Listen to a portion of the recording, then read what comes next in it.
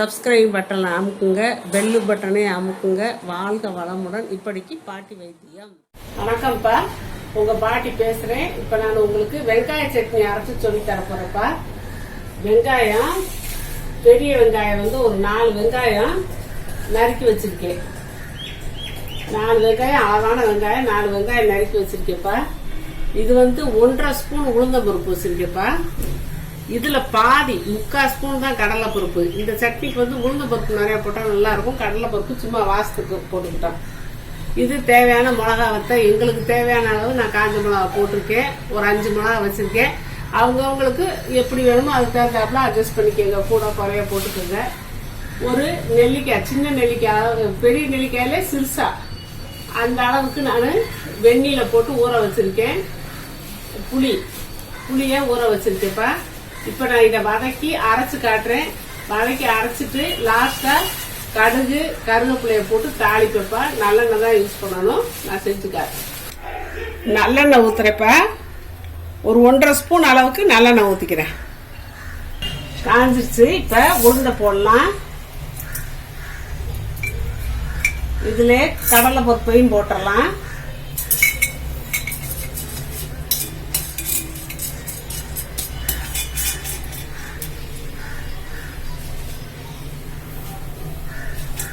காஞ்ச மிளகா 6 மிளகா இருக்குப்பா. இதையும் போட்டுக்கலாம். கொஞ்சம் பாதி வறுபடும் போது நம்ம வெங்காயத்தை போட்டுறணும். அந்த மிளகா செவந்துருச்சுன்னா இப்பயே நம்ம எடுத்துக்கலாம் கையில.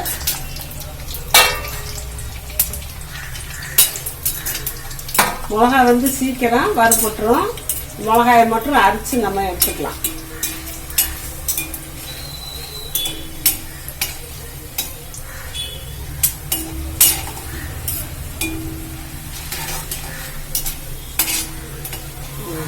மிளகா இந்த அளவுல இருந்தா போதும். ரொம்பவும் வச்சோம்னா ஒரு மாதிரி நிறம் மாறிடும், கருப்பு நிறம் கொடுத்துரும்.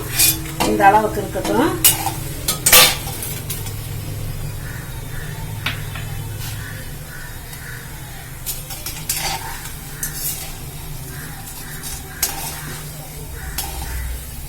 பாதிதாப்பா வறுபடணும். அப்புறம் வெங்காயம் போட்டு வறுக்கையில் அது ரொம்ப இதாயிடும். அதனாலதான் இப்ப இந்த லெவலுக்கு பாதி வறுபட்டுருச்சு. இப்ப நம்ம வெங்காயத்தை உள்ள போட்டுடலாம்.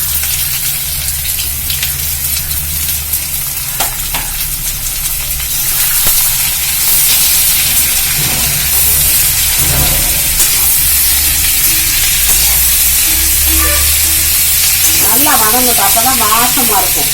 வெங்காய சட்னி எல்லாருக்கும் பிரியமான சட்னிப்பா.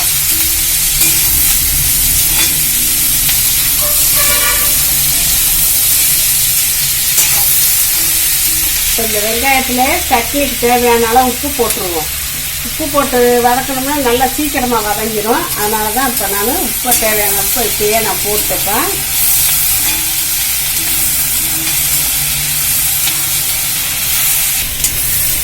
வெங்காயம் வதக்க வாசம் கமன்னு வரும்பா. இந்த வெங்காய ரசம் எண்ணெயில வதக்கும் போது அப்படி வந்துகிட்டு இருக்கு. இப்ப அந்த பருப்பெல்லாம் பாதி வெந்த மாதிரி நம்ம போட்டா இப்ப முழுசா வறுபட்டுருச்சு. நம்ம முழுசா வெந்த பிறகு வெங்காயத்தை போட்டோம்னா அது கறி போற மாதிரி இருக்கும். நல்லா டேஸ்ட் மாறி போயிடும். அதனால பாதி வெந்தவனையே நம்ம வெங்காயத்தை போட்டுறணும். இன்னும் அந்த வாசம் நல்லா கமன்னு அடிக்குது. இவ்வளவு வதங்கினா போதும்ப்பா. நல்லா வாசம் வந்துச்சு, நல்லா வணங்கிடுச்சு. இப்ப நான் ஆஃப் பண்ணிட்டு எடுத்துக்கிறேன். பார்த்து தட்டில் எடுத்துக்கிறேன். இது ஆறட்டும்ப்பா. இந்த புளியுமே இதுல போட்டுடுறேன். ஆறவும் நான் அரைச்சு காட்டுறேன். இதுல பூண்டெல்லாம் சேர்க்கக்கூடாது.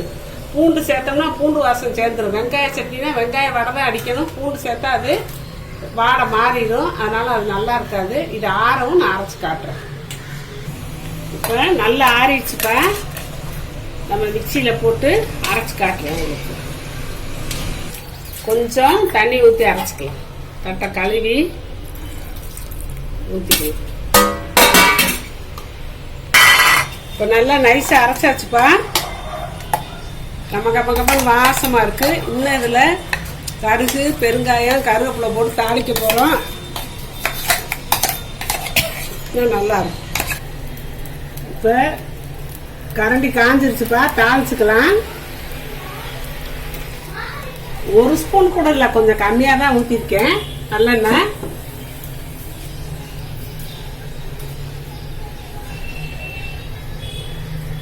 கடுகு நல்லா ஒரு 1 ஸ்பூன் அளவுக்கே போட்டேன்ப்பா, 1 டீஸ்பூன் அளவுக்கே போட்டேன்.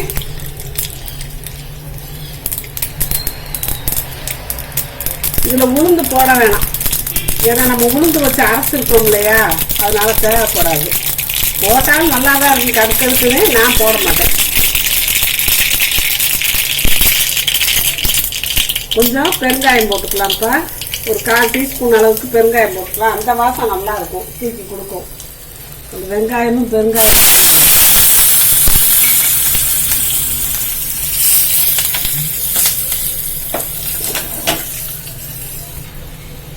இதை தாளிச்சது.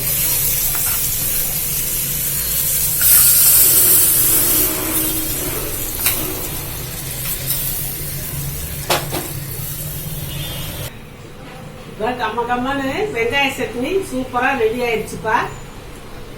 இது வந்து வெங்காயம் வந்து உடம்புக்கு நல்லது, இன்சுலின்லாம் சுரக்கும், சுகர் பேஷண்ட்டுங்க சாப்பிடலாம். ஆனா வெங்காயம் வந்து எல்லாருக்கும் பிடிக்கும்ப்பா. அது வகைக்கு செய்யல சூப்பரா இருக்கும். இதை வந்து நம்ம இட்லி தோசைக்கு மட்டும் இல்ல, சப்பாத்திக்கு வச்சுக்கலாம், பூரிக்கு கூட வச்சுக்கலாம். நம்ம உளுந்தன் சாதம், அந்த காலத்தா சாதம் பண்றோம்ல, உளுந்து சாதம், அப்புறம் இது புளியோதரை, இந்த மாதிரி சாதத்துகளுக்கும் தொட்டுக்கரை வச்சுக்கலாம்ப்பா. இப்போ நம்ம இப்போ செஞ்சு உடனே சாப்பிட்றோம் அப்படின்னா சாப்பிட்டுக்கலாம். மீதி விழுந்துருச்சு அப்படின்னா நம்ம சட்டியில் வடை சட்டியில் போட்டு கடாயில் போட்டு அப்படியே எண்ணெயை கொஞ்சம் ஊற்றி வதக்கி எடுத்து வச்சிட்டோம்னா 3 நாளைக்கு கூட அப்படியே இருக்கும். ஆனால் ஃப்ரிட்ஜில் வைக்கணும்ப்பா. வாங்க வளமுடன். சப்ஸ்கிரைப் பட்டனை அமுக்குங்க, பெல்லு பட்டனை அமுக்குங்க. வாழ்க வளமுடன். இப்படிக்கு பாட்டி வைத்தியம்.